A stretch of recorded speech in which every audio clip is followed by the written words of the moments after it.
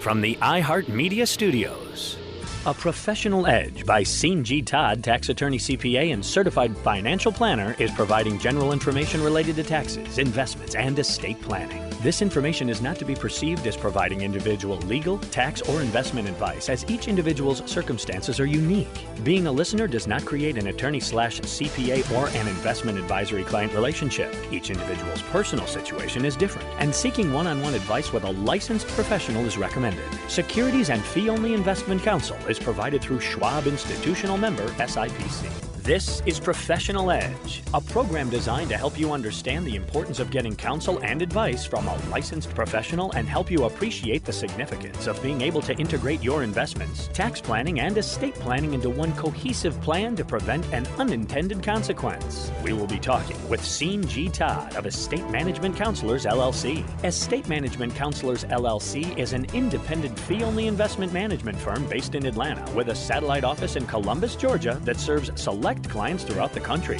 Their goal is simple: to make sure their clients feel confident and secure about their financial future. Sean is a truly qualified professional. He is a licensed tax attorney, a CPA, and certified financial planner. He is also an adjunct income tax professor at the University of Georgia. One unique thing you might not know about Sean: he attends the National Rodeo Finals each year. We will be talking with Sean. Welcome to the Professional Edge. My name is Sean Todd, tax attorney, CPA, and certified financial planner. And this episode, we are actually going to talk about some estate planning do's and don'ts. And with my background, just so you understand, I've been doing this close to 25 plus years, and we have completed over 3,000 estate plans for individuals. Here in Georgia, we've consulted on other individuals outside the state of Georgia. So if that is of interest to you, do give our office a call at 877-654-9798. That number again, 877-654-9798. So when we talk about estate planning, everyone thinks, okay, when I pass away, where is my stuff going to go? Because we all know that we are not getting out of this alive. So therefore, we got to have something in place. So we're going to go through the fundamentals of estate planning, and then we're going to ratchet it up a little bit, keep you on your toes on what kind of planning you should be doing. Unfortunately, listeners here on the Professional Edge, half of all Americans do not have any estate plan in place at all. Nothing. They have no last will and testament. They have no trust. They have not thought about estate planning. So that's very unfortunate, because we have not discovered the fountain of youth, and therefore we all know that we one day will utilize this document or our estate plan. So the fundamentals is who is going to receive my property when I pass away. That's number one. Number two is, when are they going to receive it? We can put some triggers on there that they are not going to get it all outright, which I would strongly recommend, especially to young inheritors of your property. And then we have to address who is going to be the contingent beneficiary, because if you are in the automobile with you and your spouse and you both pass away and you're leaving everything to your spouse, well, then it goes to the contingent beneficiary. So that's the essence of what we're going to talk about. So the basics of an estate plan, most people refer to or think of as a will. Okay, a last will and testament. There are some legal requirements to have a valid will.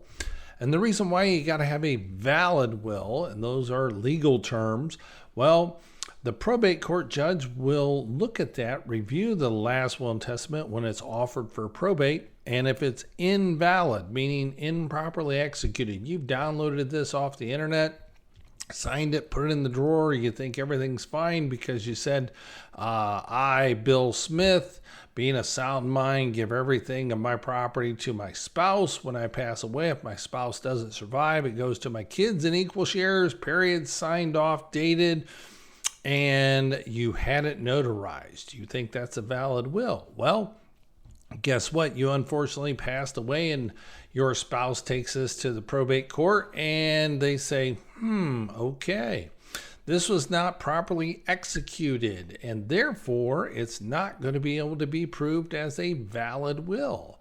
So therefore, that will is going to be set aside, and the law of descent and distribution is going to take effect. That is state statute on how your stuff is to be divided and to whom it is to go to. Well, guess what? Your spouse will not receive 100% of your estate as you thought you had outlined in your downloaded last will and testament.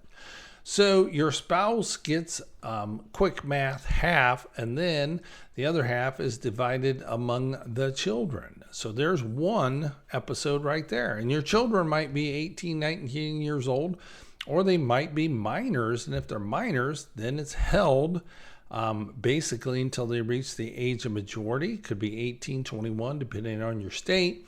And boom, they get the money, no restriction. They can go buy a new Mustang convertible, 5-liter snake car, whatever it is, Cobra. I think that's what they reference those into. And you set them up for possible failure or even a quick early death. So that's unfortunate. So last will and testament, properly executed, you identify who your decision makers are going to be, and that is your executor if you're a male, or executrix if it's going to be a female decision maker. We always recommend to our clients that we have 2 alternates after that primary. So husband, wife, 2 kids that are adult kids, then you would more than likely name spouse first and then the kids second in line. So that's fine. But sometimes you might want to skip over your spouse as being your named representative because the spouse may be way too distraught to be able to handle these things. And let's say one of your children is a CPA, they understand numbers, they understand formats and procedures. So you might want to name them as that executor on your estate planning document in your last will and testament. So that is one consideration. Who is going to be the successor decision maker to yourself? That's number one. Number two, if you have minor children and you're listening here on the Professional Edge, well, we need to address guardianship of those minor children. Who will take over when you and your spouse are not here? Or if you're a single parent and you've identified as being having custody of the children, then it is utmost importance for you to get a last will and testament to identify guardianship for those minor children. You owe that to them. So again, if you don't have this document in place, do give our office a call at 877-654-9798. That number again, 877-654-9798, to schedule a consultation. Just get this done. And everybody says, attorney's fees are just going to be astronomical. But I believe in getting this done, especially for individuals that are single, taking care of the kids, or struggling to get by. Let's get this document in place, in force, and that way we protect those kids. So the legal fees, if it's a simple document, it's going to be a simple fee. That's the easiest way I can say it. Each situation is different. So again, that's a starting point for that. So back to the last will and testament, we have a properly executed document and we have our personal representatives identified. And then we also identify the guardians of our minor children. Now, as a listener here on the Professional Edge, I've seen documents that come in and they're almost on like placemat paper. I mean, it's just old and crusty and it's, the thickness of a small paperback book. Well, that's your first indication that you have not updated your estate plan. I don't even need to look at the document because those were drafted probably 10 plus years ago and it's in this big binder and it looks all official and everything else. So, if you have that, I don't even need to look at it because I know it's 10 plus years old. Decision makers have changed. Your plan of distribution has changed. Your net worth has changed. You may have acquired a piece of property down in Florida along the Panhandle. Congratulations to you. And we need to address these things as life has changed. So again, if you have that placemat, big binder of paper, it's time to update your estate plan, or at least have it looked at and reviewed and say, hey, is everything okay? Is the decision makers okay? I'm splitting everything equally between the kids. Are they okay? So in the upcoming sessions, we're going to talk about what you need to do if you have a sizable estate, call it $500,000 or more, and you are going to leave this to your surviving spouse first, and then your kids as the contingent beneficiaries. So definitely check those out, because I don't believe in outright distributions, and there are many reasons for that. So tune into those. So again, back to this last will and testament, you can identify your personal property on who you want to receive that. Most of the time it goes to the surviving spouse. But then on a properly drafted estate planning document, the last will and testament, then we also have what is known as a specific gifts page. That's where you can outline specifically you want your guns or your jewelry or your hunting property to go to X. That beneficiary would receive that. You could also say, hey, I love my grandchildren. I'm leaving a majority of this to my spouse, but you know what? I love my grandchildren, so I'm going to leave them $2,000 a piece to be put in their college education account. And you can be that specific on that specific gifts page. So again, those things that matter to you, that you want those to go to the right person at the right time in the right amount, we can do that on the specific gifts page. So again, on your estate planning document, the last will and testament, if you're not able to do that, that's another thing, another reminder, hey, let's take a look at this. Let's update our estate plan.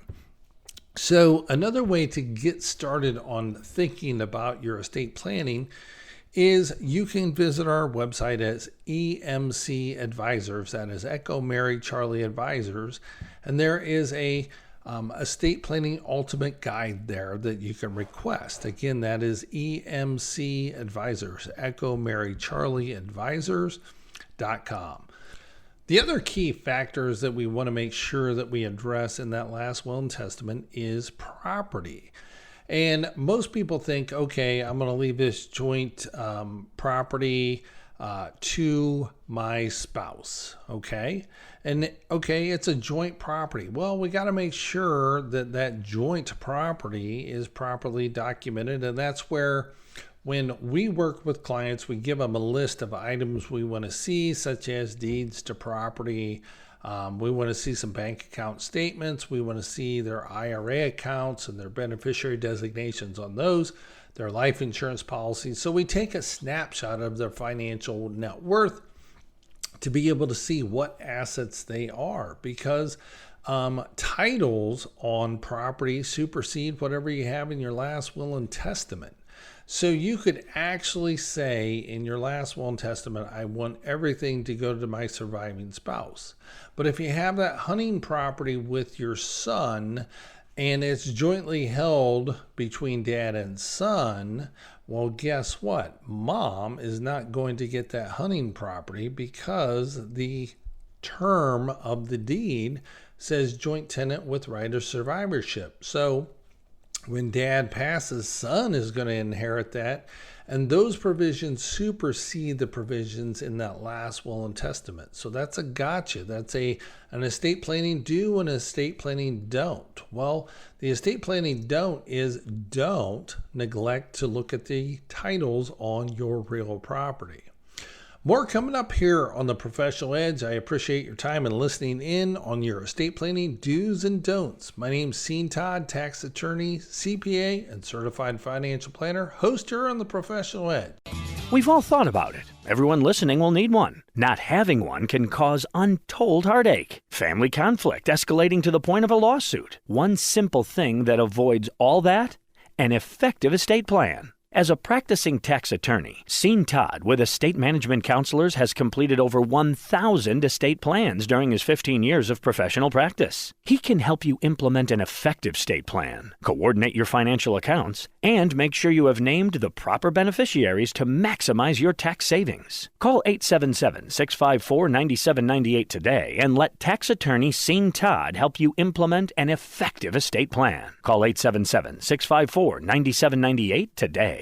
As a tax attorney CPA for over 15 years, Sean Todd has implemented over 1,000 individual estate plans. He has recently authored an especially helpful guide, How to Unlock the Ultimate Estate Plan. This guide has helped many individuals to understand the benefits of an estate plan and how to avoid unintended disasters. Sean has made every attempt to write this in plain English. To receive this valuable guide, How to Unlock the Ultimate Estate Plan, call 1-877-654-9798 and request your complimentary copy today, or by emailing your request to info@emcadvisors.net.